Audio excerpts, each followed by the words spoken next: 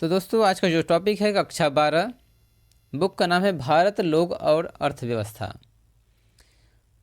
तो मित्रों इस बुक में टोटल 12 चैप्टर हैं। इन 12 चैप्टर में जितने भी बहुविकल्पी प्रश्न हैं जो एग्ज़ाम की दृष्टि से महत्वपूर्ण हैं, क्योंकि आपका एग्ज़ाम लगभग 1 महीना रह गया है, तो जितने भी बहुविकल्पी प्रश्न एग्ज़ाम के लिए महत्वपूर्ण हैं वो सभी हैं। तो पहला चैप्टर है जनसंख्या वितरण, घनत्व, वृद्धि एवं संगठन। इसका पहला ऑब्जेक्टिव क्वेश्चन है 2011 की जनगणना के अनुसार भारत का जनसंख्या घनत्व निम्न में से कितना है?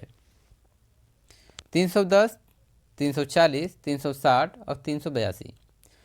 तो इसका सही ऑप्शन हो जाएगा ऑप्शन नंबर घ, जनसंख्या घनत्व भारत का 382 है।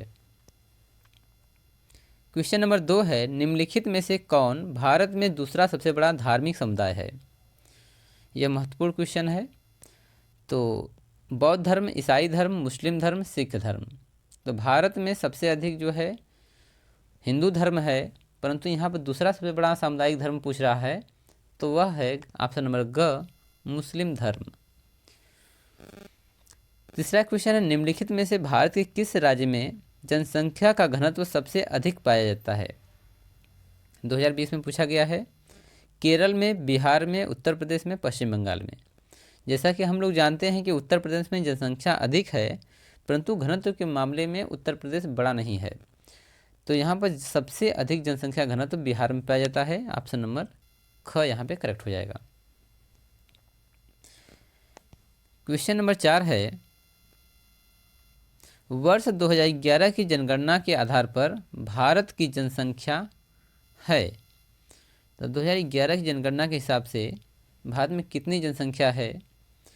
102.8 करोड़, 118.2 करोड़, 328.7 करोड़ या 121 करोड़। तो इसका सही ऑप्शन आपको बताना है कि भारत में 2011 की जनगणना के हिसाब से कितनी जनसंख्या है। तो जब 2011 में जनगणना हुआ था तो भारत की जनसंख्या 121 करोड़ थी। तो ऑप्शन नंबर घ यहाँ पे करेक्ट हो जाएगा। आज लगभग भारत की जनसंख्या 135 करोड़ के ऊपर जा रही है। पांचवा क्वेश्चन है भारत के किस राज्य में जन्म दर सबसे कम है? केरल में, जम्मू कश्मीर में, गोवा में या उड़ीसा में। तो पांचवा का ये पहला ऑप्शन सही हो जाएगा, केरल में। केरल में जन्म दर सबसे कम है। क्वेश्चन नंबर 6 है निम्न में से किस राज्य की जनसंख्या सर्वाधिक है? महाराष्ट्र में, बिहार में, पश्चिम बंगाल, तमिलनाडु। तो ऑप्शन नंबर 6 का यानी क्वेश्चन नंबर 6 का ऑप्शन क हो जाएगा। महाराष्ट्र में जनसंख्या जो है सर्वाधिक है निम्न राज्यों में से। यह 2020 का क्वेश्चन है। अगर उत्तर प्रदेश होता इस ऑप्शन में तो उत्तर प्रदेश यहाँ पर करेक्ट हो जाता। क्वेश्चन नंबर 7 है निम्नतम जनसंख्या घनत्व वाला यानी घनत्व पाया जाता है, या फिर निम्नलिखित में से कौन भारत में सबसे कम जनसंख्या घनत्व वाला राज्य है? तो कहाँ पर जनसंख्या सबसे कम है? मेघालय में, अरुणाचल प्रदेश में, सिक्किम में, मिजोरम में। तो इसका सही ऑप्शन हो जाएगा ख, अरुणाचल प्रदेश में। अरुणाचल प्रदेश में जनसंख्या घनत्व सबसे कम है। 8वां क्वेश्चन है भारत में सर्वप्रथम जनगणना निम्न में से किस वर्ष हुआ था? तो भारत में सबसे पहले जनगणना कब हुआ था? 1872 में, 1875 में, 1972 में या 1975 में। तो इसका सही ऑप्शन हो जाएगा ऑप्शन नंबर क, 1872 में पहली बार जनगणना हुआ था। भारतीय संविधान द्वारा निम्न में से कितनी भाषाओं को अनुसूचित किया गया है? तो 18, 20, 21 या 22। तो पिछले भी टॉपिक में था कि भारत में कितनी अनुसूचित भाषाओं को सम्मिलित किया गया है भारतीय संविधान में, तो है 22। तो ऑप्शन नंबर घ यहाँ पे करेक्ट हो जाएगा। अब क्वेश्चन नंबर 10 है भारत में निम्न में से कितने प्रतिशत श्रमिक घरेलू उद्योगों में लगे हैं? तो भारत के कितने प्रतिशत लोग घरेलू उद्योग में सम्मिलित हैं? ऑप्शन क है 41.6%, 3.8%, 54.6% या 31.6%। तो इसका सही ऑप्शन हो जाएगा घरेलू उद्योगों में 41.6% लोग लगे हुए हैं। ऑप्शन नंबर क यहाँ करेक्ट हो जाएगा। 11वां क्वेश्चन है, निम्नलिखित में से कौन सा एक समूह भारत में विशालतम भाषाई समूह है? द्रविड़, ख है भारतीय आर्य, चीनी तिब्बती, घ जो है ऑस्ट्रिक। यह क्वेश्चन जो है 2020 का पूछा गया है कि भारत में एक समूह विशालतम है और भाषा यानी विशालतम भाषाई समूह है। तो ऑप्शन नंबर 11वें का यानी क्वेश्चन नंबर 11वें का ख करेक्ट हो जाएगा भारतीय आर्य। आप भारतीय आर्य शब्द जो है आप कई जगह सुने होंगे, जैसे महाभारत में और रामायण में, वहाँ पर राजाओं को आर्य करके पुकारा जाता था। तो यहाँ पर ये विशालतम भाषाई समूह है। क्वेश्चन नंबर 12 है, निम्नलिखित में से कौन सा 10 लाखी नगर नहीं है? यानी कौन सा नगर ऐसा है जहाँ 10 लाख लोग नहीं रहते हैं? अलीगढ़, आगरा, कानपुर, लखनऊ। और यह 2020 और 22 का क्वेश्चन है। तो ऑप्शन नंबर क यहाँ पर हो जाएगा अलीगढ़। अलीगढ़ जो है दिल्ली से पहले ही पड़ जाता है लखनऊ रूट पर। तो अलीगढ़ में 10 लाख से ज़्यादा जनसंख्या नहीं है, यानी ये 10 लाखी नगर नहीं कहा जाता है। क्वेश्चन नंबर 13 है, निम्नलिखित में से भारत के किस राज्य में सर्वाधिक जनसंख्या पाई जाती है? 2021 का क्वेश्चन है और 2 सेटों में आ गया है कि भारत के किस राज्य में सबसे अधिक जनसंख्या पाई जाती है?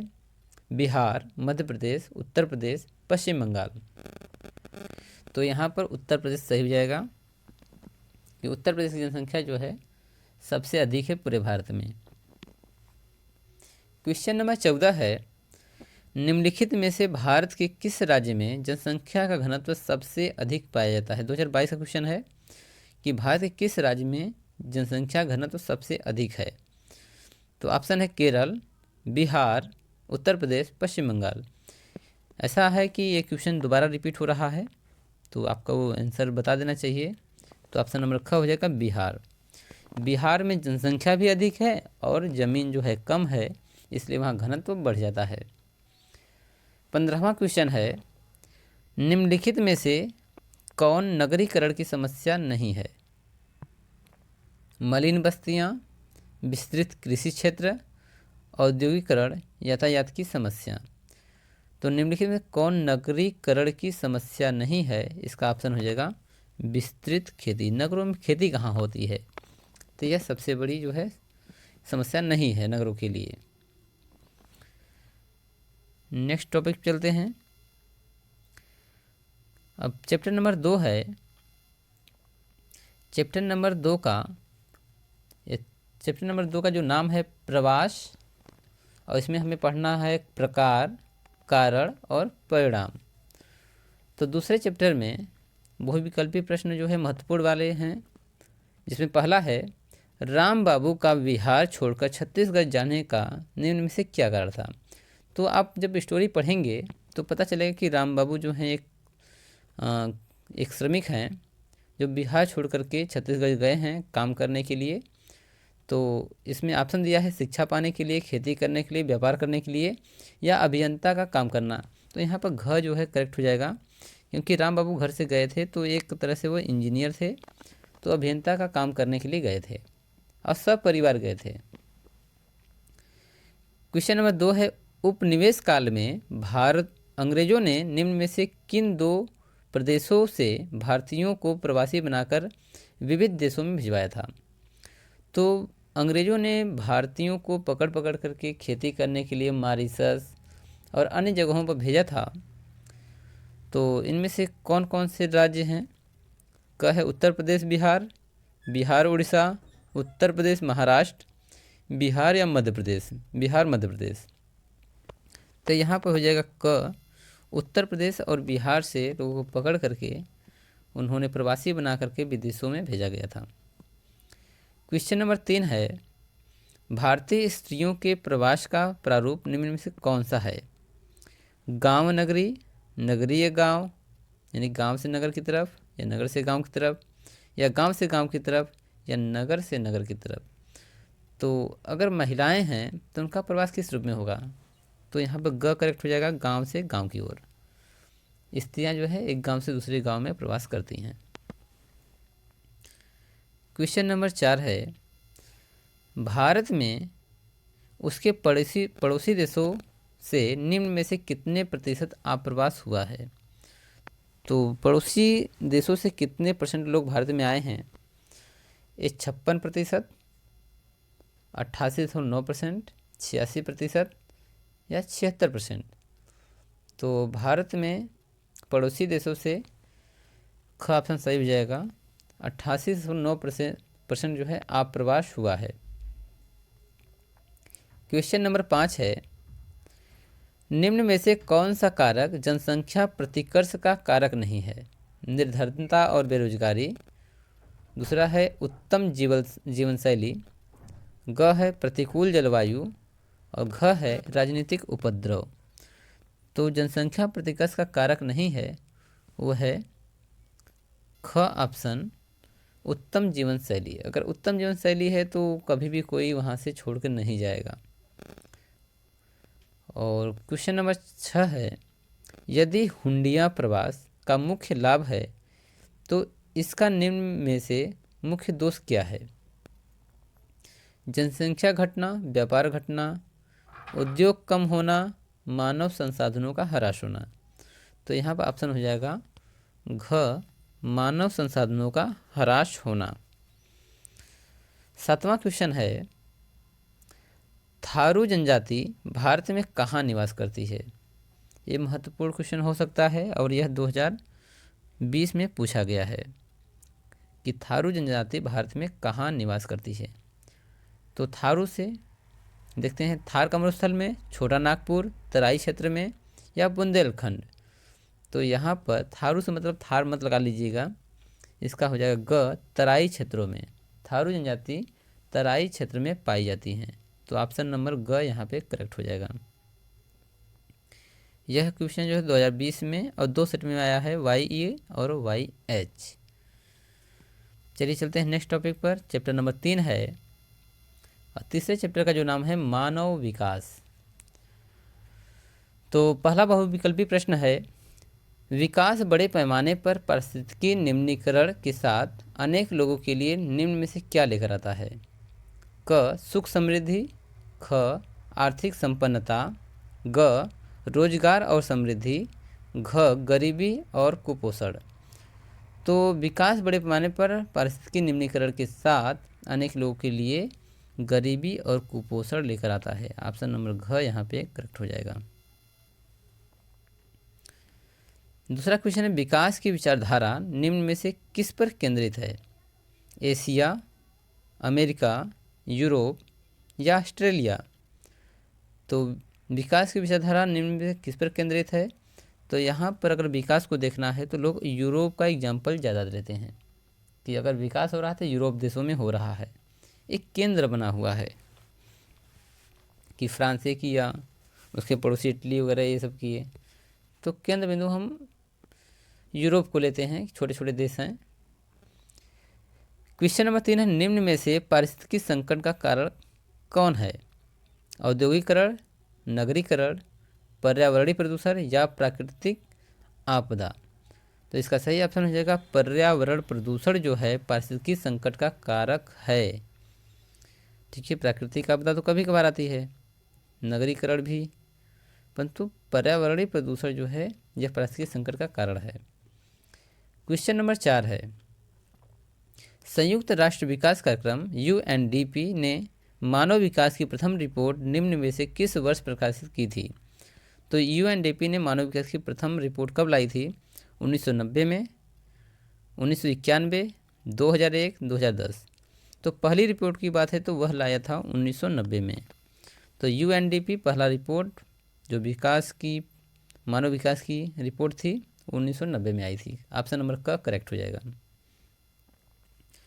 क्वेश्चन नंबर 5 है, विश्व में भारत विकास का सूचकांक निम्न में से किस देश का सर्वाधिक है? विश्व में मानव विकास का सूचकांक निम्न में से किस देश का सर्वाधिक है?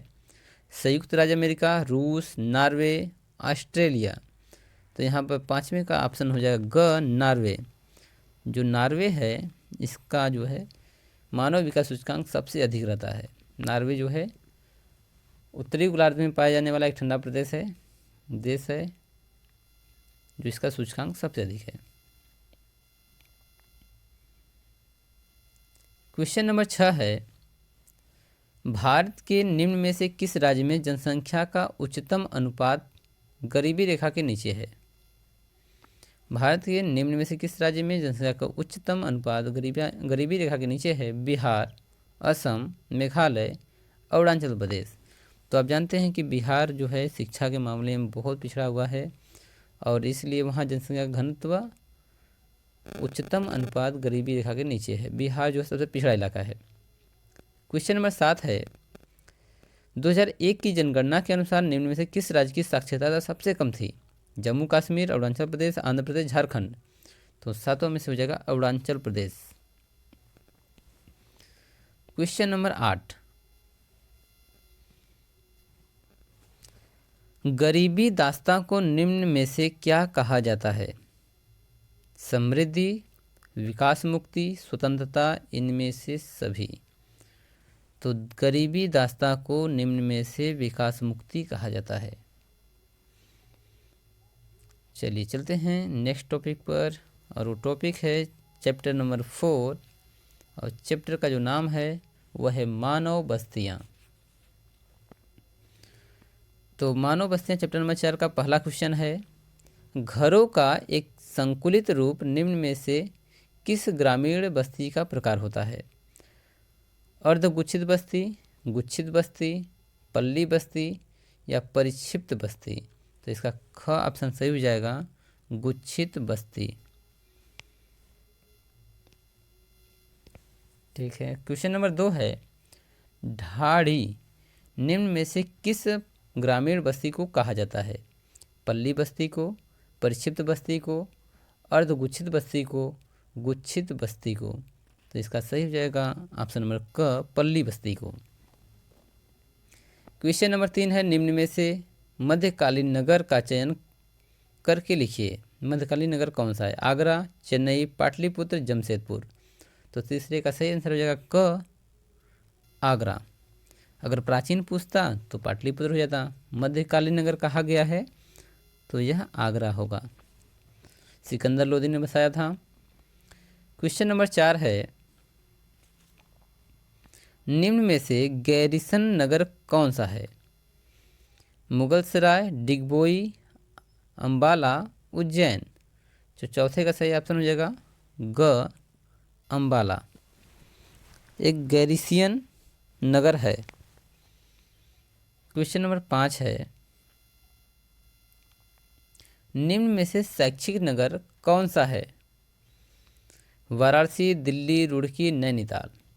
तो पांचवे का ऑप्शन हो जाएगा रुड़की। रुड़की में भारत की सबसे बड़ी इंजीनियरिंग भी है, यहाँ से अच्छे जो है इंजीनियर निकलते हैं। क्वेश्चन नंबर 6 है, निम्न में से नगरीय संकुल किसे कहा जाता है? अंबाला को, गुरुग्राम को, चंडीगढ़ को, कोलकाता को। तो घ हो जाएगा कोलकाता। क्वेश्चन नंबर 7 है, निम्न में से कौन सा पर्यटन नगर है? यानी कहाँ पर लोग घूमने जाते हैं? दिल्ली, चंडीगढ़, प्रयागराज, नैनीताल। तो सातवें का ऑप्शन हो जाएगा ग, प्रयागराज। मंदिरों का, यानी कि वहाँ पर सबसे अधिक जो है मंदिर हैं, इसलिए मंदिरों का नगर कहा जाता है। यह क्वेश्चन जो है 2020 में पूछा गया है और 22 में भी पूछा गया है। क्वेश्चन नंबर 8 है, निम्नलिखित में से कौन औद्योगिक नगर नहीं है? जमशेदपुर, भिलाई, शिमला, बोकारो। तो यहाँ आपको 8वां का ग हो जाएगा, शिमला। शिमला एक पर्यटक नगर है, यहाँ पर कोई कंपनियाँ वगैरह नहीं है। जमशेदपुर में टाटा कंपनी है, भिलाई में भी है, बोकारो में भी है। तो क्वेश्चन नंबर 9 है, निम्नलिखित में से कौन पर्यटन नगर है? कहाँ पर लोग घूमने जाते हैं? कोलकाता, चंडीगढ़, वाराणसी और नैनीताल। तो ऑप्शन नंबर ग, यहाँ पर वाराणसी आते हैं लोग घूमने के लिए, ये पर्यटन नगर है। क्वेश्चन नंबर 10 है, निम्नलिखित में से किस प्रकार की बस्तियां सड़कों, नदियों और नहरों के किनारे होती हैं? तो 2022 में पूछा गया है। कि किस प्रकार की बस्तियां सड़कों, नदियों और नहरों के किनारे होती हैं? वृत्ताकार, चौकोमही, रेखीय और वर्गाकार। तो 10वें का हो जाएगा, अगर नदियों किनारे हैं, सड़कों किनारे है, नहरों किनारे हैं तो वह एक रेखीय होगा। क्वेश्चन नंबर 11 है, नगरीय एवं ग्रामीण बस्तियों के विभेद का आधार क्या है? 2022 में पूछा गया है। जनसंख्या, क्रियाकलाप, मकानों की संख्या, सुरक्षा। नगरीय एवं ग्रामीण बस्तियों में विभेद पूछ रहा है, अंतर पूछ रहा है, तो यहाँ पर हो जाएगा क्रियाकलाप। क्वेश्चन नंबर 12 है, निम्नलिखित नगरों में से कौन सा एक नगर पर्यटन नगर है? मथुरा, पंचमढ़ी, रुड़की, रानीगंज। तो यह जो है पूछा गया है सन 2022 में, और इसका सही आंसर हो जाएगा ख, पंचमढ़ी जो है पर्यटन नगर है। चलिए क्वेश्चन नेक्स्ट टॉपिक पे चलते हैं। अब चैप्टर नंबर 5 है और इस चैप्टर का नाम है भू संसाधन तथा कृषि। तो इस चैप्टर से पहला जो क्वेश्चन है बहुविकल्पी का, वह है भारत में निम्नलिखित में से कौन सा गेहूं का सबसे बड़ा उत्पादक राज्य है? तो ऑप्शन में है मध्य प्रदेश, हरियाणा, पंजाब, उत्तर प्रदेश। तो गेहूं उत्पादन में उत्तर प्रदेश इसमें नंबर 1 पर चल रहा है, घ ऑप्शन करेक्ट हो जाएगा। दूसरा है, निम्नलिखित में से कौन राज्य भारत में चावल का सबसे बड़ा उत्पादक है? 2020 में क्वेश्चन पूछा गया है, किस राज्य में चावल सबसे ज़्यादा पैदा होता है? पंजाब, मध्य प्रदेश, उत्तर प्रदेश, पश्चिम बंगाल। तो दूसरे का हो जाएगा पश्चिम बंगाल, चावल सबसे अधिक उत्पादित करता है। क्वेश्चन नंबर 3 है, भारत में जूट का उत्पादन सबसे अधिक कहाँ होता है? 2020 में पूछा गया है, बिहार में, मध्य प्रदेश में, पश्चिम बंगाल में, असम में। तो तीसरे का हो जाएगा ग, पश्चिम बंगाल जो है ऊँट का सबसे बड़ा उत्पादक राज्य है। क्वेश्चन नंबर 4 है, भारत में नीवल बोया गया क्षेत्र निम्न में से कितना है? तो 77%, 56%, 45.26%, 55.26%। तो चौथे का सही आंसर हो जाएगा 45.26% जो है भारत में नीवल बोया गया क्षेत्र है। क्वेश्चन नंबर 5 है, निम्न में से कौन खरीफ की उपज नहीं है? गेहूँ, चावल, मक्का, बाजरा। तो गेहूँ यहाँ रबी की फसल है, इसलिए यह खरीफ की नहीं होगा। चलिए क्वेश्चन नंबर आगे चलते हैं। क्वेश्चन नंबर 6, एक खेत में एक वर्ष में उगाई जाने वाली फसलों के लिए निम्न में से कौन सा शब्द प्रयुक्त होता है? क, फसल चक्र, ख, हरित क्रांति, ग, सस्य गहनता, घ, गहन खेती। तो यहाँ हो जाएगा सस्य गहनता, ऑप्शन नंबर ग। 7वां है, भारतीय कृषि निम्न में से किस पर निर्भर है? वर्षा पर, सिंचाई पर, रासायनिक उर्वरकों पर, कृषि यंत्रों पर। तो 7वें का सही आंसर हो जाएगा वर्षा पर।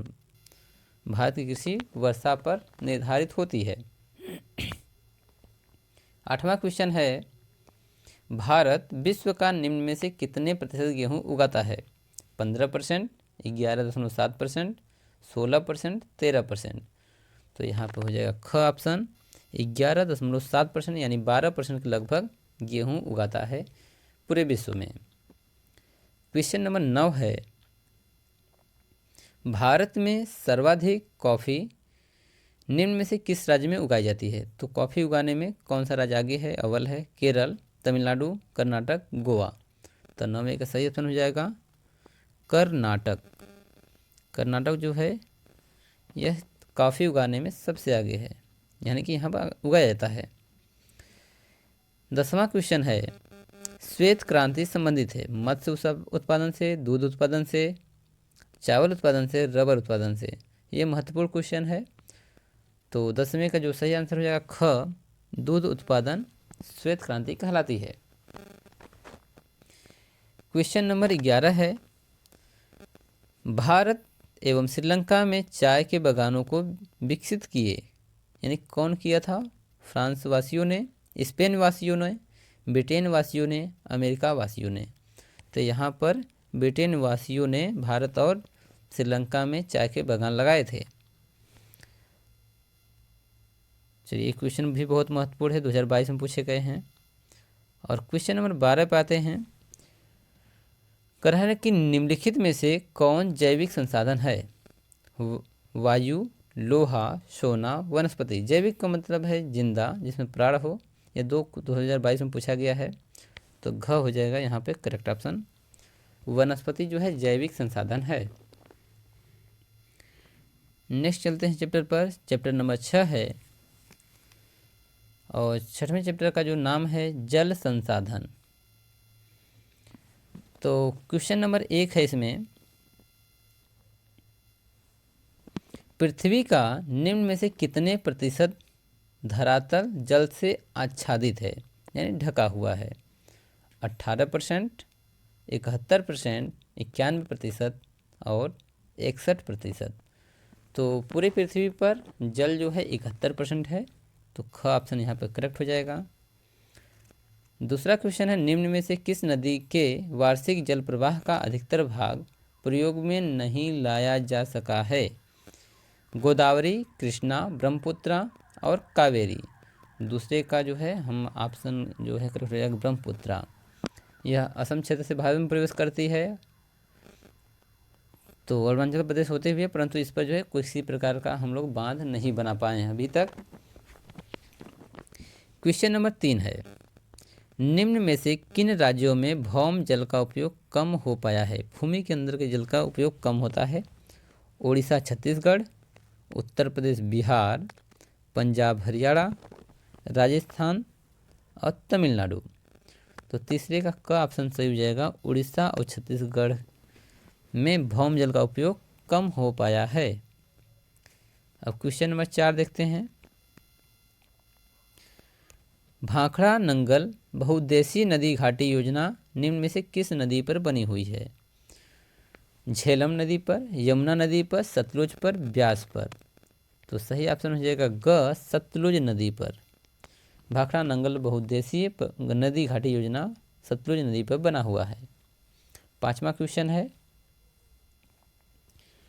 कृषि कार्यों में भौम जल का निम्न में से कितने प्रतिशत उपयोग होता है? तो 82%, 72%, 98%, 92%।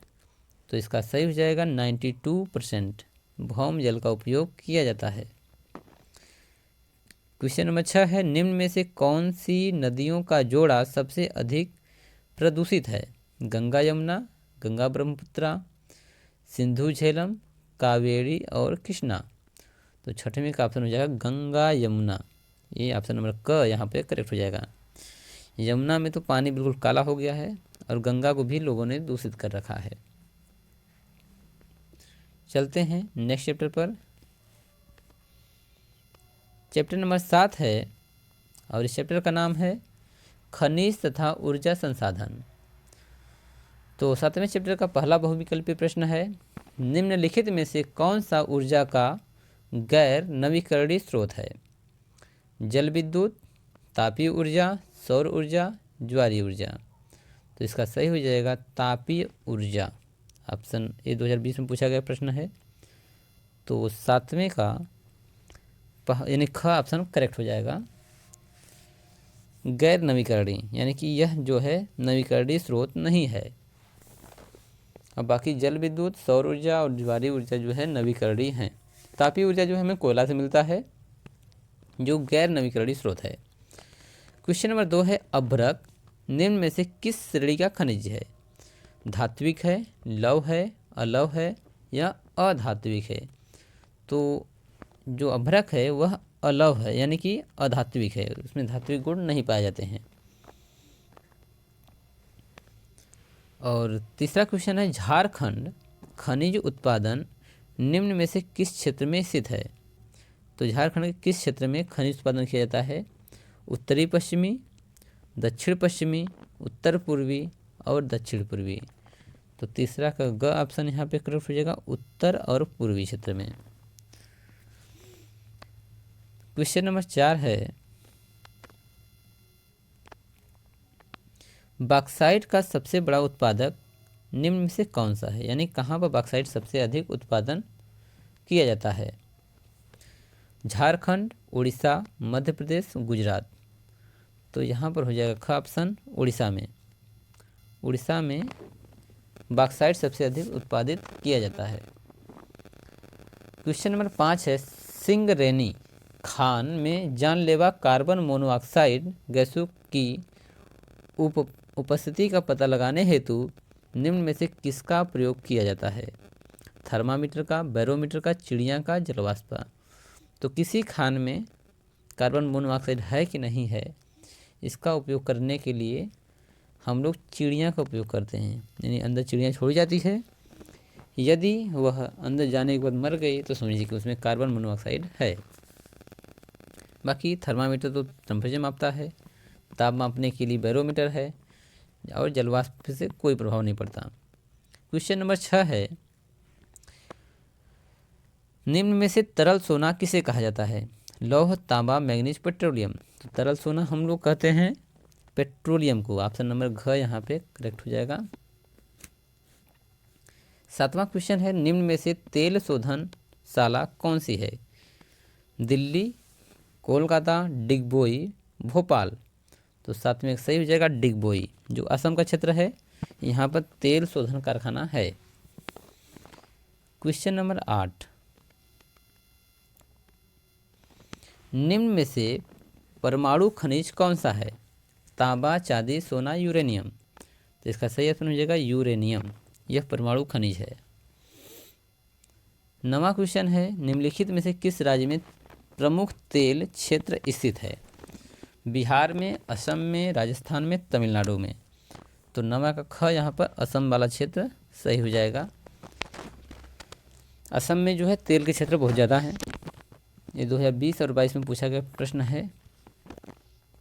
क्वेश्चन नंबर 10 है, बॉम्बे हाई खनन के लिए प्रसिद्ध है? लौह अयस्क के लिए, तांबे के लिए, खनिज तेल के लिए, बॉक्साइट के लिए। तो बॉम्बे हाई में खनिज तेल जो है पाया गया है, इसके लिए प्रसिद्ध है।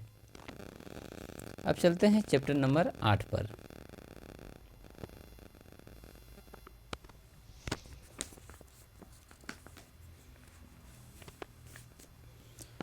तो चैप्टर नंबर 8 का जो चैप्टर का नाम है वो है निर्माण उद्योग। तो 8वें का पहला बहुविकल्पी प्रश्न है, उद्योग धंधों का निम्न में से कौन सा लाभ है? कुशलता बढ़ाते हैं, श्रमिकों को प्रशिक्षण देते हैं, ग श्रमिकों को रोजगार प्रदान करते हैं, कौशल का विकास करते हैं। तो इसका सही हो जाएगा श्रमिकों को रोजगार प्रदान करते हैं, उद्योग धंधों का यही काम है। ग ऑप्शन यहाँ पे करेक्ट हो जाएगा। दूसरा क्वेश्चन है, निम्न में से निजी क्षेत्र का कारखाना कौन सा है? भारतीय लौह इस्पात कंपनी, टाटा लौह इस्पात कंपनी, राउरकेला इस्पात संयंत्र, भिलाई इस्पात संयंत्र। तो यहाँ पर ख जो है करेक्ट हो जाएगा, पर यहाँ पर टाटा लौह इस्पात कंपनी जो है ये तो गवर्नमेंट के अंदर में आएगा। तो भिलाई संयंत्र इस्पात संयंत्र, यानी घ वाला ऑप्शन यहाँ पे करेक्ट हो जाएगा। यह जो क्षेत्र है यह जो है प्राइवेट कंपनी में है, निजी क्षेत्रों में है। घ ऑप्शन जो है दूसरे का करेक्ट हो जाएगा।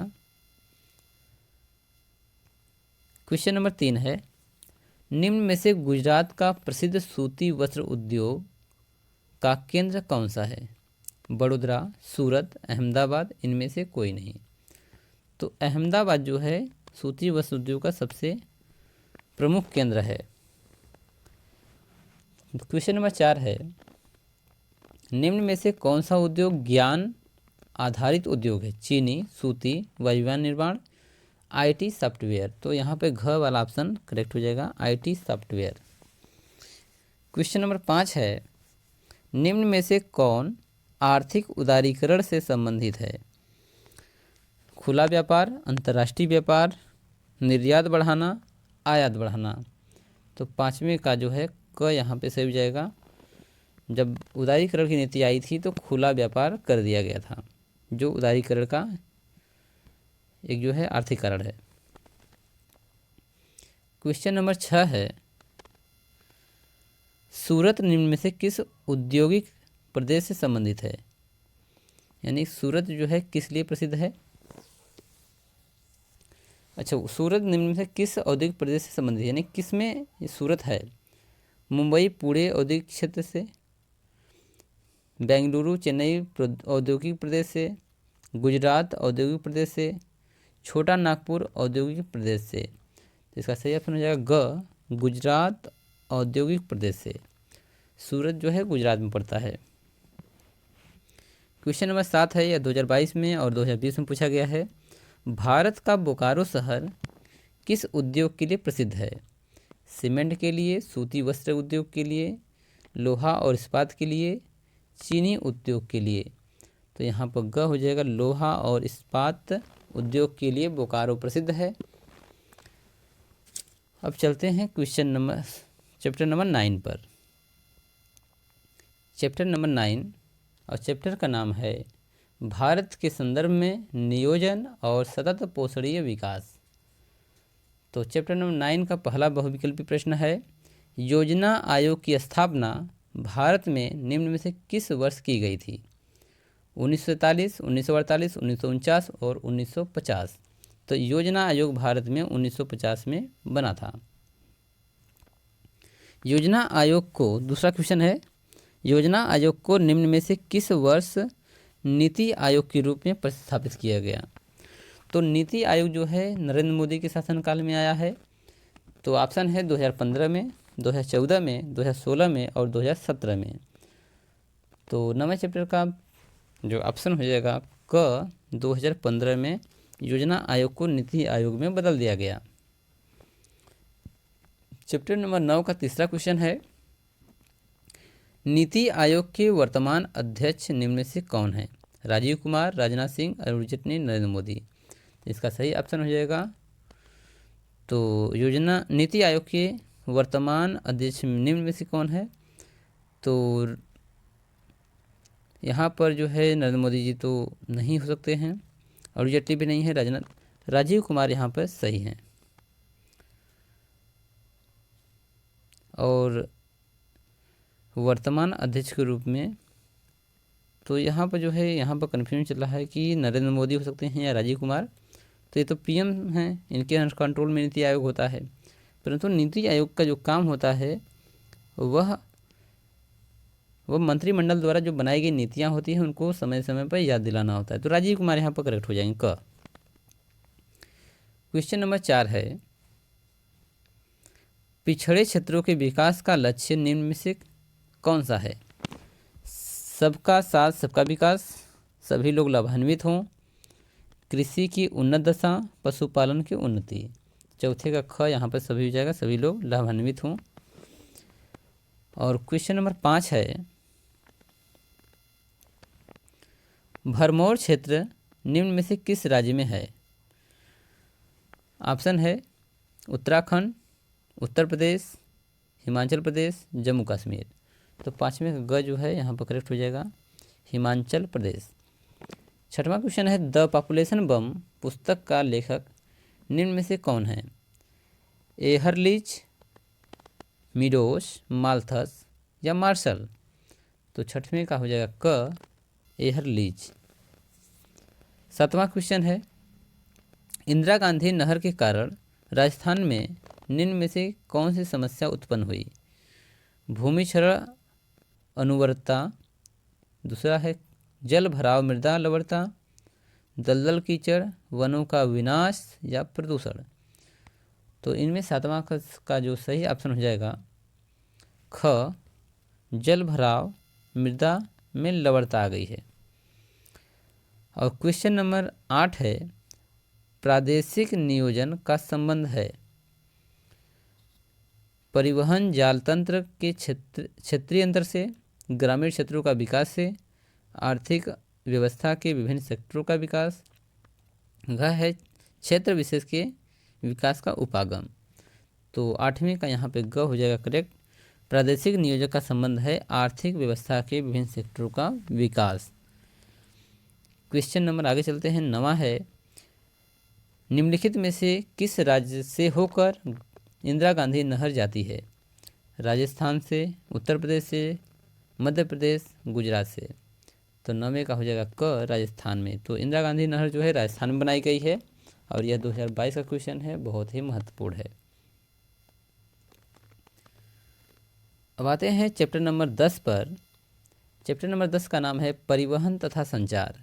तो इससे बहुविकल्पी प्रश्न जो बन रहे हैं वो है पहला नंबर, वस्तुओं को उत्पादन स्थल से बाजार तक निम्न में से कौन पहुंचाता है? उत्पादक, व्यापारी, सरकार या परिवहन? तो पहले का हो जाएगा घ, परिवहन। यदि परिवहन नहीं होगा तो उत्पादित वस्तुएं नहीं जा पाएंगी। घ वाला ऑप्शन सही हो जाएगा। दूसरा क्वेश्चन है, भारतीय सड़कों द्वारा निम्न में से कितने प्रतिशत यात्री तथा कितने प्रतिशत भार का परिवहन किया जाता है? तो 85% यात्री, 70% भार। ख ऑप्शन है 70% यात्री, 85% भार। और ग ऑप्शन है 75% यात्री तथा 65% भार। घ ऑप्शन है 85% यात्री और 80% भार। तो दूसरे का क यहाँ पर सही हो जाएगा। 85% यात्री और 70% भार जो है परिवहन किया जाता है। चलिए क्वेश्चन नंबर 3 है, भारतीय रेलवे ने विविध संस्कृति के लोगों को एक साथ लाकर भारत के स्वतंत्रता संग्राम में योगदान दिया है। यह कथन किसका है? महात्मा गांधी, बाल गंगाधर तिलक, सरदार पटेल, पंडित जवाहरलाल नेहरू? तो तीसरा का हो जाएगा क, महात्मा गांधी ने इन बातों को कहा है कि जो रेलवे ने विभिन्न क्षेत्रों में अगर इसको फैलाया गया है तो यह संस्कृति को एक स्थान से ला करके एक साथ ला करके स्वतंत्रता संग्राम में योगदान दिया है। क्वेश्चन नंबर 4 है, उत्तरी यानी कि नार्दर्न रेलवे का निम्न में से मुख्यालय कौन सा है? यानी कि उत्तरी भारत का रेलवे का मुख्यालय कहाँ पर है? तो गोरखपुर, कोलकाता, दिल्ली और इलाहाबाद। इन चारों में से जो ऑप्शन हो जाएगा ग ऑप्शन दिल्ली। तो नॉर्थ रेलवे का जो मुख्यालय है वो है दिल्ली में। क्वेश्चन नंबर 5 है, कोंकण रेलवे निर्माण उद्गम में निम्न में से कौन से राज्य सम्मिलित हैं? ऑप्शन क है कर्नाटक, आंध्र प्रदेश, तमिलनाडु। ख है कर्नाटक, गोवा, महाराष्ट्र।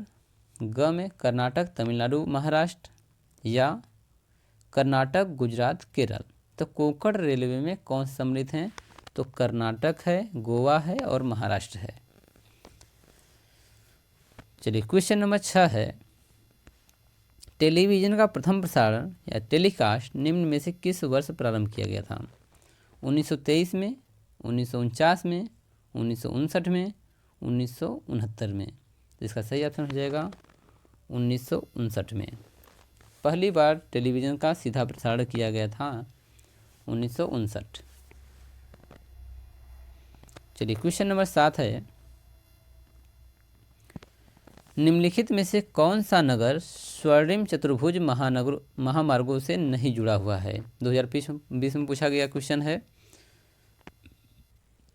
तो ऑप्शन में है चेन्नई, दिल्ली, हैदराबाद, मुंबई। तो इसका सही हो जाएगा ग, हैदराबाद जो है स्वर्णिम महामार्गों से चतुर्भुज जो बनाते हैं उनसे नहीं जुड़ा हुआ है। क्वेश्चन नंबर 8वां है, सेंट्रल रेल मंडल का मुख्यालय कहाँ पर अवस्थित है? भोपाल में, नागपुर में, इलाहाबाद में, मुंबई CST में? तो सेंट्रल रेलवे का मुख्यालय जो है वह है मुंबई में स्थित है और मुंबई के CST में स्थित है। 2020 का यह क्वेश्चन है, सेट नंबर Y और I में आया था। चलिए चलते हैं नेक्स्ट चैप्टर पर। चैप्टर नंबर 11 है और चैप्टर का नाम है अंतर्राष्ट्रीय व्यापार। तो 11वें चैप्टर का पहला क्वेश्चन है, विश्व व्यापार में भारत की भागीदारी निम्न में से कितनी है? 10%, 6%, 1% या नगण्य? तो ग है यहाँ पर 1%। विश्व में भारत जो है व्यापार में 1% जो है भागीदारी रखता है। क्वेश्चन नंबर 2 है, भारत के विदेशी व्यापार घाटे की वृद्धि के लिए निम्न में से कौन उत्तरदायी है? आयात, निर्यात, सरकार की नीतियाँ या पेट्रोलियम? तो दूसरा का हो जाएगा घ पेट्रोलियम। भारत में पेट्रोलियम नहीं पाया जाता है, सबसे ज़्यादा पेट्रोल हमें खरीदना पड़ता है विदेशी यानी विदेशों से, जिससे कि हमारी जो करेंसी है वह रिजर्व के रूप में जो रखी हुई है वह खत्म हो जाती है। तीसरा क्वेश्चन है परंपरागत वस्तुओं के व्यापार में गिरावट का निम्न में से क्या कारण है? उदारीकरण, वैश्वीकरण, अंतर्राष्ट्रीय प्रतिस्पर्धा और उपयुक्त में सभी। तो तीसरा का ग है यहाँ पर अंतर्राष्ट्रीय प्रतिस्पर्धा। यदि आप बेहतर माल और उच्च गुणवत्ता का नहीं बनाओगे तो वह मालें मार्केट में नहीं टिक पाएंगी। तो यहाँ पर गुणवत्ता में गिरावट जो है अंतर्राष्ट्रीय प्रतिस्पर्धा का कारण है। क्वेश्चन नंबर 4 है निम्नलिखित में से कौन सा समूह भारत के आयात व्यापार को दर्शाता है? यानी कि कौन सा इसमें समूह है जो भारत खरीदता है? तो चाय, खाद्य तेल, तंबाकू, पेट्रोलियम ये खरीदता है। तो चाय तो भारत में होते हैं तो खरीदेगा नहीं। ख है पेट्रोलियम, जूट की वस्तुएं, कपास, खाद्य तेल। पेट्रोलियम तो खरीदता है परंतु जूट की वस्तुएं नहीं खरीदता है। ग ऑप्शन है रसायन, मशीनें, खाद्य तेल और पेट्रोलियम। और चौथा ऑप्शन है घ में रसायन, चमड़े की वस्तुएं, जूट की वस्तुएं। चमड़ा बहुत भारत में है तो ग ऑप्शन यहाँ पे करेक्ट हो जाएगा। जो भारत है वह रासायनिक चीज़ें, मशीनें और खाने के तेल और पेट्रोलियम को बाहर से मंगाता है। तो ग ऑप्शन यहाँ पे करेक्ट हो जाएगा। चलते हैं 5वें क्वेश्चन पर। 5वां क्वेश्चन है निम्न में से कौन सा समूह भारत के निर्यात व्यापार को दर्शाता है? तो भारत क्या क्या व्यापार करता है? कपास, चमड़े के रसायन के सामान, खनिज तेल और चाय। तो पहला में तो खनिज तेल भारत जो है निर्यात नहीं करता है। ख में है जूट की वस्तुएं, ये तो बेचता है। कच्चा लोहा ये भी बेचता है। चाय बेचता है। चमड़े का सामान ये भी बेचता है परंतु यह ऑप्शन अभी नहीं माना जाएगा। ठीक है। ग है भारत जो कच्चा लोहा नहीं बेचता है। ठीक है। ग है चाय, कच्चा जूट, मशीनरी और खाद्य तेल ये भी बेचता है। और ऑप्शन घ है खनिज तेल, चाय, जूट निर्मित वस्तुएं और खाद्य तेल। तो इन पांचों में से 3 ऑप्शन तो लग रहा है कि हाँ भारत बेचता है, परंतु इसका सही ऑप्शन हो जाएगा ग। भारत चाय बेचता है, कच्चा जूट बेचता है, मशीनरी भी बेचता है और खाद्य तेल भी बेचता है। चमड़े का व्यापार थोड़ा कम है। क्वेश्चन नंबर 6 है निम्नलिखित में से किस वर्ष में भारत का व्यापार संतुलन अनुकूल रहा है? 1970-71 में, 1976-77 में, 1980-81 में, 1986-87 में। तो भारत में जो है व्यापार संतुलन 1976 और 77 में रहा है। तो ऑप्शन नंबर ख यहाँ पे करेक्ट हो जाएगा 6वें का। 7वां क्वेश्चन है अरब सागर की रानी निम्न में से किसे कहा जाता है? मुंबई को, नहावाशेवा को, बेंदा नद को, बेंदा नद, कयाल को और मरमागुआ को। तो अरब सागर की रानी किसे कहा जाता है? तो यहाँ पर जो है ऑप्शन में 4 ऑप्शन है, चारों में से जो है हम मरमागुआ को अरब सागर की रानी कहते हैं। क्वेश्चन नंबर 8 है कोच्चि पत्तन यानी बंदरगाह स्थित है कहाँ पर है? कर्नाटक में, तमिलनाडु में, गोवा में और केरल में। तो कोच्चि जो है ये जो नगर है वह केरल का है। तो केरल में ही ये बंदरगाह पड़ता है। ऑप्शन नंबर जो है घ यहाँ पे करेक्ट हो जाएगा और यह 2020 में पूछा गया है। 9वां क्वेश्चन है निम्नलिखित पत्तनों में से कौन सा भारत के तट पर स्थित है? तूतीकोरिन, कांदला, मरमागांव और कोच्चि। 2022 में पूछा गया है कि भारत के तट पर कौन स्थित है? तो यहाँ पर जो है तूतीकोरिन यह भारत के तट पर स्थित है, परंतु किस तट पर है ये नहीं दिया गया है। ठीक है। तो कोच्चि जो है यह पड़ता है आपका केरल में, कांदला गुजरात पड़ता है। तो वो यहाँ पर जो है तट की बात है, तट पर ही बंदरगाह होते हैं, तो यहाँ पर कन्फ्यूजन थोड़ा है। चलिए ठीक है, तूतीकोरिन पर देते हैं फर्स्ट। आते हैं चैप्टर नंबर 12 पर। अब 12वें चैप्टर का नाम है भौगोलिक परिप्रेक्ष्य में चयनित कुछ मुद्दे एवं समस्याएं। तो 12वें चैप्टर का पहला क्वेश्चन है, अविवेकपूर्ण उपयोग से जल की गुणवत्ता में निम्न में क्या दोष आया है?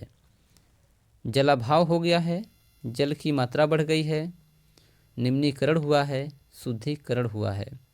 तो पहले का यहाँ पे ग वाला ऑप्शन जो है करेक्ट हो जाएगा, निम्नीकरण हुआ है, यानी कि जो पीने में योग्य पानी है वह थोड़ा कम हो गया है। क्वेश्चन नंबर 2 है, उत्तर प्रदेश के कानपुर नगर में निम्न में से कौन सा प्रदूषण पाया जाता है? कृषि प्रदूषण, प्राकृतिक प्रदूषण, औद्योगिक प्रदूषण और भूमि प्रदूषण। तो यहाँ पर औद्योगिक प्रदूषण ज़्यादा पाया जाता है। कानपुर में बहुत गंदगियाँ हैं, वहाँ का पानी का जो है ना स्वाद ही बदल गया है।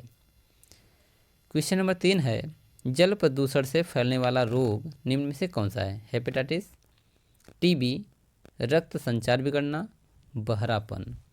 तो तीसरे का क हो जाएगा हेपेटाइटिस, जल प्रदूषण से होने वाला रोग है।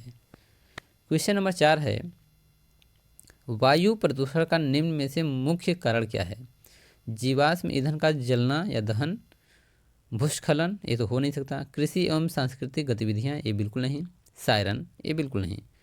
तो क ऑप्शन यहाँ करेक्ट हो जाएगा, 4 का क, जीवाश्म ईंधन को जलाएंगे तो प्रदूषण फैलेगा। तो 5वां क्वेश्चन देखते हैं क्या है, दौराला गांव का संबंध निम्न में से किस प्रदेश से है? उत्तर प्रदेश, आंध्र प्रदेश, मध्य प्रदेश, उड़ीसा। तो 5वें क यहाँ पर हो जाएगा उत्तर प्रदेश, दौराला गांव का संबंध उत्तर प्रदेश से है। क्वेश्चन नंबर 6 है, धारावी निम्न में से क्या है? धारावी गंदी बस्ती है, विशालतम नगर है, विशालतम कॉलोनी है या औद्योगिक केंद्र है। तो जब भी आप पिक्चर देखते होंगे मुंबई का सीन आता होगा, धारावी जरूर आता है। तो यहाँ पर धारावी जो है मुंबई का एक छोटा सा गंदा सा बस्ती है। चलिए क्वेश्चन नंबर 7 देखते हैं क्या है, भूमि के निम्नीकरण का कारण निम्न में से कौन सा है? मृदा अपरदन, तीव्र वर्षा, जल प्रदूषण, ठोस अपशिष्ट। तो 7वें का क यहाँ पर हो जाएगा सही, मृदा अपरदन। मिट्टी कटता है तो मृदा का अपरदन या निम्नीकरण होता है। क्वेश्चन नंबर 8 है और ये महत्वपूर्ण है, वायु प्रदूषण नहीं होता किससे? कारखाने के क्षेत्र में, स्वच्छ वायु के क्षेत्र में, मलिन बस्तियों के क्षेत्र में, बस अड्डों के आसपास। तो किससे वायु प्रदूषण नहीं होता है? तो स्वच्छ वायु के क्षेत्र में यहाँ प्रदूषण नहीं होता है। 9वां क्वेश्चन है, मलिन बस्तियाँ सर्वाधिक कहाँ पर हैं? केरल में, तमिलनाडु में, राजस्थान में या महाराष्ट्र में? तो मलिन बस्तियाँ सबसे अधिक जो है महाराष्ट्र में हैं, वो ऑप्शन नंबर क हो जाएगा। जो आपने धारावी पढ़ा था यह एक महाराष्ट्र का क्षेत्र का है। तो यहाँ पर जो है आपको टोटल 12 चैप्टर के बहुविकल्पी करा दिए गए हैं। तो आप इसको अगर पढ़ लेते हैं तो यहाँ पर आपको लगभग 30 नंबर जो है वो मिल जाएंगे।